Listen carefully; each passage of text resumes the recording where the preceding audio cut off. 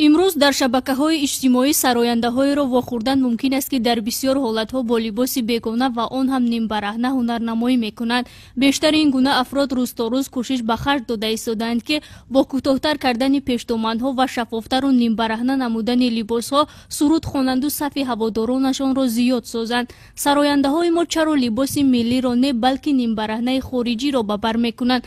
مگر استرادای تاجیک یا هنر یک هنرمند را با لباس نیم برهنه و اروپایی معرفی میکنیم؟ این مگر استخوان در گلوی فرهنگ نیست؟ لباس ملی معنی او را ندارد که ما که لباس ملی را جیل خود خیلی بفرمونه دوخته پوشیدن گیریم و نیم برهنه باشد یا که اطلس میگیرن یک خیلی شیمو میدوزن که و نباید این خیلی باشد. لباس ملی معرفگر ملت باشد.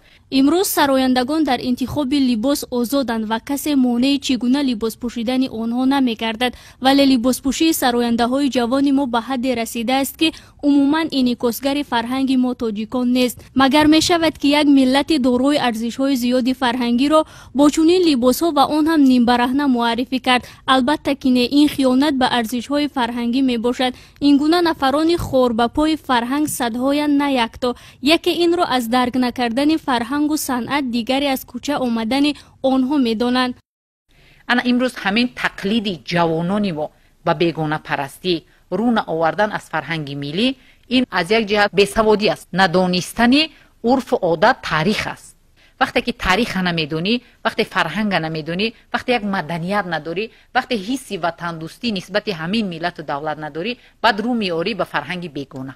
این توده به نام سرآینده‌ها ترغیب کننده فرهنگ غیرند. آنها لباس‌های آمریکایی و اروپایی را می‌بینند و لباس‌های ملی ما را که جزئی از ارزش‌های فرهنگی ماست دیده نمی‌توانند، زیرا برای آنها مهم صنعت و هنر و ارزش‌های فرهنگی نیست، تنها فحش‌خوانی و خود را در شبکه‌های اجتماعی مشهور کردن است و با چنین لباس‌های نیم برهنه فرهنگ غیر را ترغیب می‌نمایند. این گروه به ارزش‌های فرهنگی ما لطمه می‌زنند. آنها جوان دختران را از پوشیدن لباس‌های ملیمان دور ساخته بیگانه پرستی را تلقین می‌کنند. بعضی از کارشناسان بر آن نظرند که سرآیندگان از آزادی سوء استفاده نموده با پوشیدن لباس‌های نیم برهنه و بیگانه رو می‌آورند. چنین سرآینده‌های کوچگی منفعت شخصی را از منفعت ملی بالا گذاشته تنها در فکر تبلیغ خود با راه رکلام‌های سیاه میباشند و با این راه صف خود را از حساب قشر جوان زیاد می‌نمایند، اما بی‌خبر از آن که فرهنگ غیر را بالای مردم ما تبلیغ دارند.